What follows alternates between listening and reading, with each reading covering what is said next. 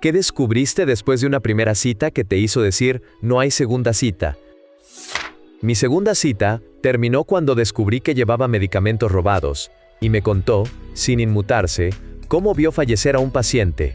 La primera cita fue increíble. Ella era inteligente, divertida, y tenía esa energía que te hace sentir que el mundo gira más rápido. Pero la segunda cita, bueno, ahí fue cuando todo se desmoronó. Estábamos en un café, charlando, cuando de repente sacó un frasco de medicamentos de su bolso. Es por si tengo resaca mañana, dijo, como si fuera lo más normal del mundo. Resulta que los había tomado sin permiso en el hospital donde trabajaba en el Bronx. Yo me quedé helado, pero ella siguió hablando como si nada. Luego, sin previo aviso, me contó cómo ese mismo día había visto fallecer a un paciente que había sufrido un ataque violento en la mesa de operaciones. Lo describió con una frialdad que me dejó sin palabras. No pudimos salvarlo, dijo, mientras tomaba un sorbo de su café, como si estuviera hablando del clima. Para rematar, al final de la cita, me soltó. ¿Sabes? Si hubiera sido más idiota, probablemente habría intentado acostarme contigo. Ahí supe que no había vuelta atrás. Edición. Ahora que lo pienso, también me contó cómo en su cita anterior, el tipo la había molestado, y ella lo llamó, persona poco afortunada, a gritos en el restaurante. Y lo contó. También a gritos, en el dinner donde terminamos esa noche. Fue una cita larga, y sí, fui un idiota por no salir corriendo antes. Necesito un abrazo. Cancelé una cita por impuntualidad, terminé cenando con un amigo, y ahora estamos felizmente casados.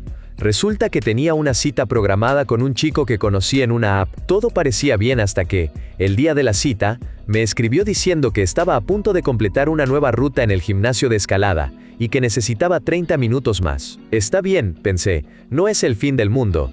Así que decidí tomarme una cerveza con un amigo mientras esperaba. Pero luego llegó otro mensaje. Esos 30 minutos se convertirían en más tiempo. Ahí fue cuando dije, no, gracias. Cancelé la cita, y en lugar de eso, terminé cenando con ese amigo. La conversación fluyó tan bien, que no nos dimos cuenta de que estábamos teniendo nuestra primera cita accidental. 2 años después, ese amigo y yo estábamos comprometidos. Y ahora, 3 años después de eso, estamos felizmente casados. A veces nos reímos pensando en cómo ese tipo impuntual y su obsesión por la escalada fueron el catalizador de nuestra relación. Nunca lo conocí, pero le debo mi felicidad. Edición. Sí, todavía vamos a ese gimnasio de escalada, pero solo para burlarnos de la ironía. Lo mandé a la otra vida en 10 minutos por decir que la depresión no existe. Estaba en una primera cita con este tipo, y todo parecía normal al principio. Nos sentamos, pedimos algo de tomar y comenzamos a charlar. Pero en menos de 10 minutos, soltó la bomba. No creo en la depresión, la gente solo tiene que superar las cosas y seguir adelante. Yo me quedé helada, no solo porque es una opinión ridícula, sino porque empezó a hablar de su hermana menor, que había luchado contra la depresión, e incluso había pensado en acabar con su existencia. Lo dijo como si fuera algo trivial, como si ella solo estuviera siendo dramática. En ese momento, algo dentro de mí hizo clic. No podía seguir sentada ahí, escuchando esas palabras. Le dije claramente, esto no va a funcionar. Tu bebida está pagada, pero te vas ahora mismo. Él se quedó boquiabierto. Empezó a balbucear, tratando de justificarse, diciendo que no lo había dicho en serio, y que solo quería ayudar. Pero yo ya no estaba para escuchar excusas. Mi bartender, que es un ángel, lo vio todo y le dijo, amigo, mejor vete. Lo más ridículo fue que, antes de irse, este tipo tuvo el descaro de pedirme un abrazo de despedida. ¿En serio? ¿Después de decir algo tan insensible? Le dije que no, obviamente, y se fue con la cola entre las patas. No puedo creer que alguien pueda ser tan ignorante y desalmado. Pero al menos solo perdió 10 minutos de mi vida, y no más. Nunca subestimes lo que una persona puede revelar en tan poco tiempo. En la primera cita, el chico pasó de encantador a exponer sus opiniones sobre cómo las mujeres están destinadas a criar, y los hombres para tener relaciones con muchas. Fue una de esas citas que empezaron demasiado bien. Me recogió en su auto, fuimos a un campo de golf y luego a cenar. Hablamos de todo, nos reímos, y yo pensé, Dios mío, este tipo podría ser el indicado. Hasta sugerí postre porque no quería que terminara. Pero en el auto, todo cambió. De la nada, empezó a compartir su teoría sobre cómo las mujeres están biológicamente destinadas a criar hijos para un solo hombre. mientras que los hombres están diseñados para embarazar a cuantas mujeres puedan. Me miró y dijo que las que no siguen el camino correcto, sí, usó ese término, son una anomalía, y señaló mi falda como si fuera una prueba de algo. Intenté discutir, pero él no paraba. Cambié de tema, pero él volvía a lo mismo. Pasó más de una hora hablando de biología y mezclando ideas religiosas que ni siquiera recuerdo bien. Yo solo asentía y sonreía, porque, bueno, él era mi transporte. Al día siguiente, le mandé un mensaje diciendo que nuestras visiones del mundo eran demasiado diferentes. Su respuesta fue: ¿y si no te hubiera dicho todo eso? ¿Podríamos haber sido felices juntos? Sí, no gracias. Aprendí que, por muy bien que empiece una cita, siempre hay que prestar atención a las banderas rojas. Y que nunca dejo que me recojan en la primera cita. Descubrí que mi cita era una catfish, tenía un pasado turbio, y terminó intentando tocarme en el auto mientras gritaba obscenidades. La cita empezó mal desde el principio. Las fotos que me había enviado eran de hace 15 años, pero pensé, bueno, quizás hago una amiga. Pedí un buen corte de carne, mientras ella se tomaba su tercer vaso de vino, y me preguntó si podía llevarla a casa después. Vivía en un pueblo playero cercano, según ella. Después de la cena, caminamos por la playa. Todo iba más o menos hasta que mencionó que era la jefa de la Cámara de Comercio local, pero había pasado los últimos 10 años en una iglesia de convierte a los gays en Texas. Ahí le solté que mi hija es pansexual, y su respuesta fue: deberíamos tomar más vino. Intenté cortar la cita, diciendo que me dolía la espalda, pero ella empezó una pataleta pública, como si fuera una niña de 5 años en Chuck E. Cheese. Los dueños del restaurante, que son amigos míos, intentaron calmarla, pero ella seguía insistiendo en que la llevara a casa. Accedí aunque a regañadientes. Primero fuimos a su auto, un cacharro de los 80 con un alcoholímetro instalado por sus múltiples DUIs. Sacó 3 bolsas, un secador de pelo y una maleta. Luego descubrí que no vivía en el pueblo cercano, sino a 45 minutos de distancia. En el auto, empezó a intentar tocarme de manera agresiva. Tuve que amenazarla con llamar a la policía si no paraba. Cuando estábamos a 1 milla de su casa, bajó la ventana y empezó a gritar: ¿por qué no me dejas complacerte? A todo pulmón. Llegamos a su casa, dejé sus cosas en el porche y corrí de vuelta al auto.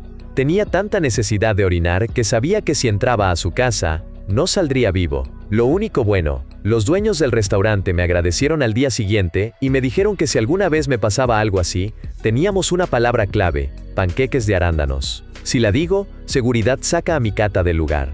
Después de eso, me tomé un descanso de las citas por un buen tiempo. Descubrí que su ex estaba espiando nuestras citas y aparecía de la nada, arruinando todo. Esto fue en los 90, en la secundaria. Estaba loco por una chica, y después de semanas de citas grupales, finalmente salimos solos con nuestros amigos. Terminamos en su casa, jugando cartas y hablando hasta tarde. Todo iba bien, hasta que, como a la 1 de la mañana, su ex, que supuestamente estaba en la universidad, entró por la puerta como si nada. El tipo era difícil, pero habían salido 2 años. Se sentó con nosotros, me clavó la mirada y no dijo casi nada. Me quedé como: ¿qué está pasando? La saqué a un lado y le pregunté qué pasaba. Ella se derrumbó y me confesó que quería dejarlo, pero él siempre hacía cosas así. Resulta que el tipo había hablado con sus padres en un restaurante, descubrió que no estarían en casa y decidió aparecer. Estoy casi seguro de que nos había estado observando desde afuera antes de entrar. Nunca salimos de nuevo.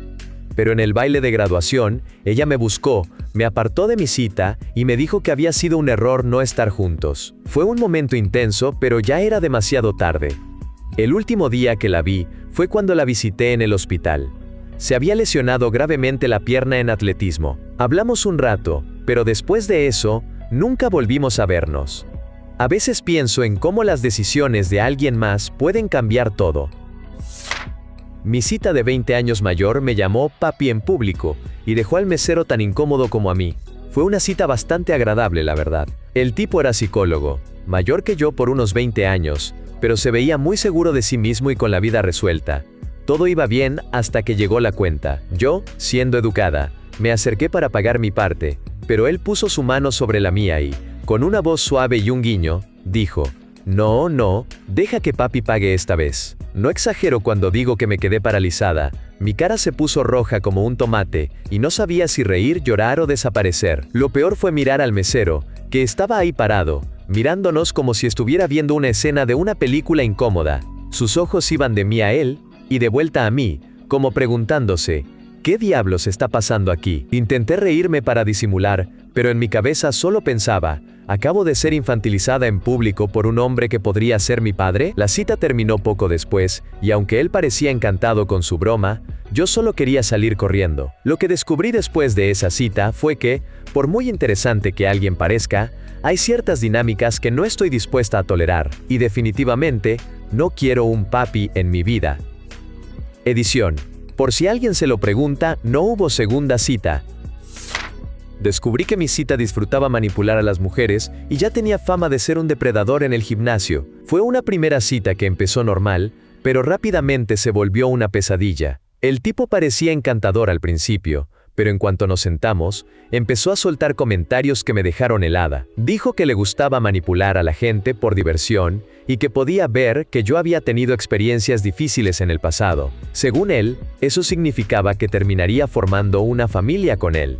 ¿Qué clase de persona dice algo así en una primera cita? Las cosas empeoraron cuando la conversación se volvió demasiado íntima, demasiado rápido. Empezó a hablar de que no le gustaba usar protección ni retirarse, y cuando mencioné que venía de una familia numerosa, dijo que yo tenía un útero fértil, y que eso era perfecto porque él siempre había querido 5 hijos. Sentí que estaba siendo tratada como un objeto, no como una persona. Lo peor vino después. Lo bloqueé de inmediato, pero decidí buscar su nombre en uno de esos grupos de Facebook de ¿estamos saliendo con el mismo hombre? Resulta que no era la primera vez que alguien lo denunciaba. Varias chicas comentaron que era un acosador en el gimnasio, acercándose a mujeres de manera inapropiada. Una de ellas, una madre soltera, contó que él le dijo que nadie querría bienes usados. Esa cita fue un recordatorio brutal de que siempre hay que confiar en el instinto. Si algo no se siente bien, probablemente no lo sea. Y gracias a esas páginas, pude evitar que alguien más cayera en sus redes. Mi cita terminó en la cárcel por manejar ebria, y descubrí que era alcohólica crónica. Duré 5 meses en esa locura. La primera cita fue increíble. Cenamos, reímos, y terminamos en su casa. Todo parecía perfecto. Al día siguiente, le dejé un mensaje, pero nada. Pensé, ¿en serio? ¿Tan mal la pasé? Pero no era eso. 2 días después, me llamó desde la cárcel. Resulta que después de que me fui, se dejó llevar por las bebidas, chocó un Mercedes nuevo y terminó arrestada por manejar en estado inconveniente. No recordaba nada, ni el choque, ni cómo llegó ahí. En lugar de huir como cualquier persona sensata, seguí viéndola. Durante 5 meses, era alcohólica crónica, y muchas veces no recordaba lo que había pasado la noche anterior. Me contó que se había divorciado de un multimillonario y que bebía para evitar dormir con él. Las relaciones íntimas eran increíbles, pero cada día era una montaña rusa emocional. Terminé agotado, pero agradecido de haber salido de ahí con vida. Aprendí que a veces, el encanto inicial es solo la punta del iceberg de un desastre. Terminé la cita al instante cuando dijo que nunca podría importarle conocer a los padres de su pareja. Estaba en una primera cita con un chico que parecía bastante normal al principio. Decidimos caminar por el centro, charlando de cosas básicas, trabajo, hobbies, esas cosas. Todo iba bien, hasta que, de la nada, soltó. No me importa cuánto tiempo esté con alguien, nunca podría preocuparme por sus padres. Me quedé helada. No era algo que esperas escuchar en una primera cita, ¿sabes? No fue como un comentario casual, sino como una declaración firme, como si estuviera orgulloso de eso. Y yo, que tengo una relación increíble con mi papá, no pude evitar sentir que me había dado una bofetada emocional.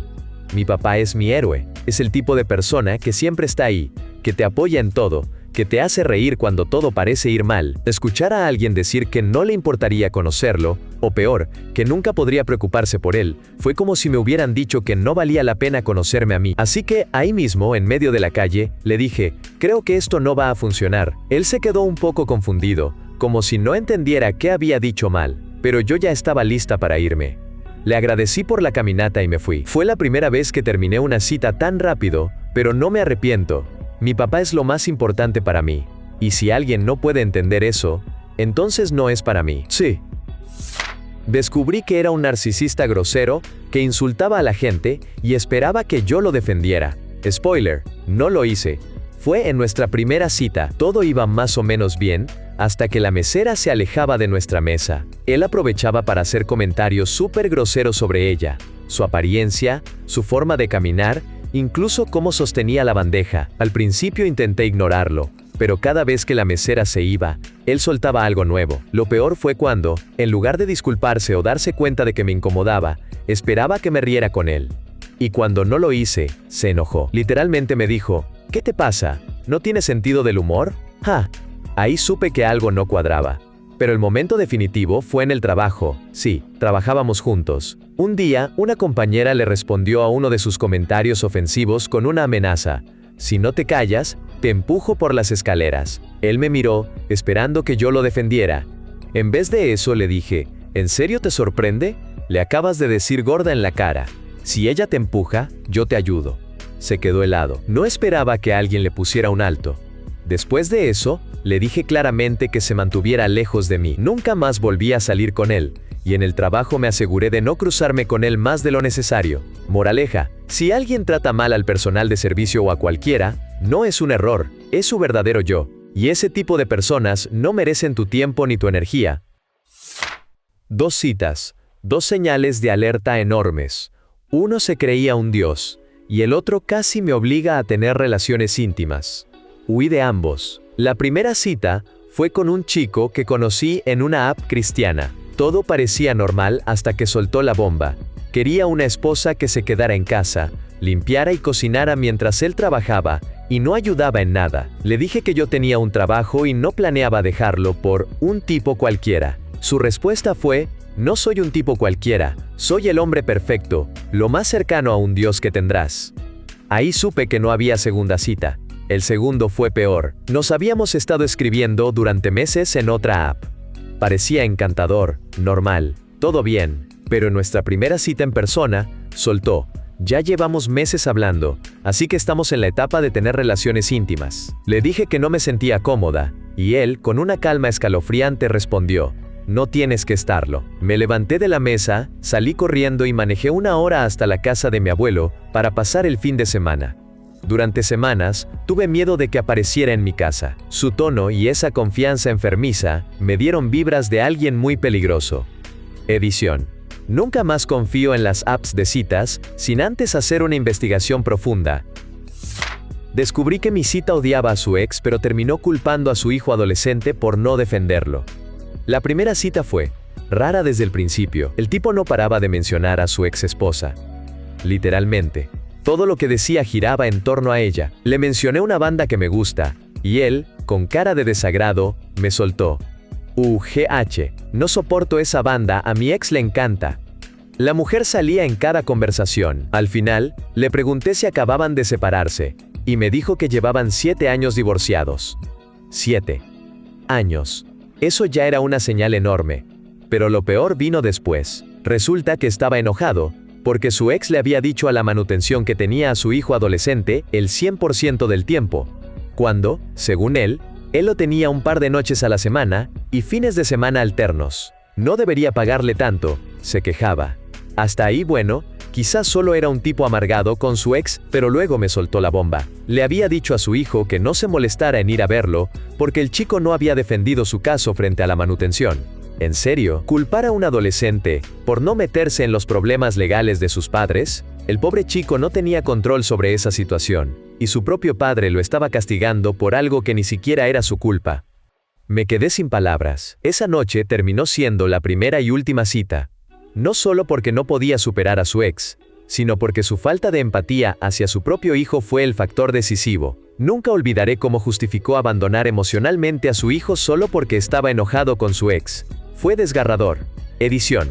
Gracias por los apoyos. Sí, fue tan sorprendente como suena. Nunca más volví a salir con alguien que no pueda dejar el pasado atrás. Descubrí que mi cita religiosa me juzgaba por ser ateo, pero ella usaba sustancias a pesar de su grave condición cardíaca. La conocí en una cita, y todo iba bien hasta que surgió el tema de la religión. Ella era católica devota, y, sin rodeos, me dijo que iba a arder en el infierno por ser ateo. A pesar de eso, seguimos saliendo un tiempo, incluso viajamos juntos a Australia para celebrar Año Nuevo.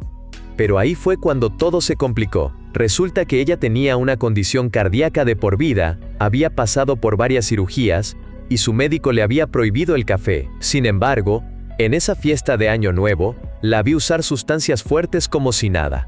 Ahí me di cuenta de la hipocresía total. ¿Cómo podía juzgarme por mi estilo de vida cuando ella ni siquiera se preocupaba por su propia salud? Me fui temprano de la fiesta y corté todo contacto después de eso. No podía creer que alguien que se creía tan moralmente superior estuviera tan desconectada de su propia realidad. Fue una lección importante. Las palabras no significan nada si tus acciones no las respaldan. Descubrí que tenía un hijo y me acosó por meses después de que lo rechacé. Estaba recién salida de la preparatoria, y no quería meterme en relaciones complicadas. Él me había dicho claramente antes de nuestra primera cita que no tenía hijos, así que pensé que todo estaba bien. La cita fue rara. Se la pasó hablando de sí mismo, interrumpiéndome y siendo poco amable con el mesero, pero lo peor vino después. Mientras me llevaba a casa en su auto, de repente soltó: "Odio cuando mi expareja usa mi carro, siempre desajusta todo". Me quedé helada. Le pregunté directamente: ¿tienes un hijo? Él solo se encogió de hombros y dijo: sí, pero no es gran cosa. Para mí sí lo era. No estaba lista para lidiar con algo así, menos con alguien que ni siquiera había sido honesto desde el principio. Le dije que no quería seguir viéndolo, pero él no lo aceptó. Empezó a llamarme y mandarme mensajes de manera obsesiva. Cuando lo bloqueé, creó cuentas falsas en redes sociales para contactarme.